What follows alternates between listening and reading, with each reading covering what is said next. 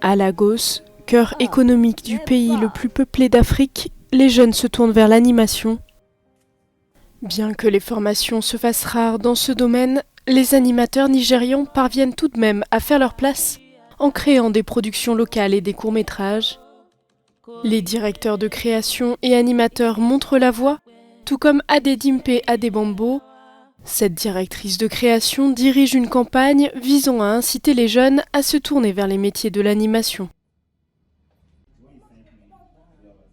Ce que j'ai fait avec certains de mes collègues, c'est que nous avons commencé à aller dans les écoles pour créer des clubs d'animation.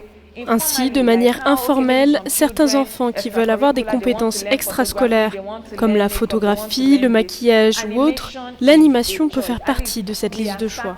Il y a beaucoup de choses qui se passent, même nous qui œuvrons dans l'espace, pour certains des travaux sur lesquels nous voulons travailler, nous n'avons pas les compétences ou nous n'avons pas assez de personnes. Esther Gbadamosi est animatrice stop-motion et directrice de création chez Radio City Media. Pour elle, l'animation peut être un moyen d'expression pour la jeune génération. Quand nous parlons de l'animation aux jeunes, c'est pour leur dire qu'il y a une voie à suivre.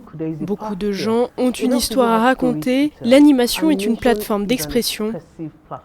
La stop-motion et la 3D ne demandent pas grand-chose, il suffit d'être capable de s'organiser.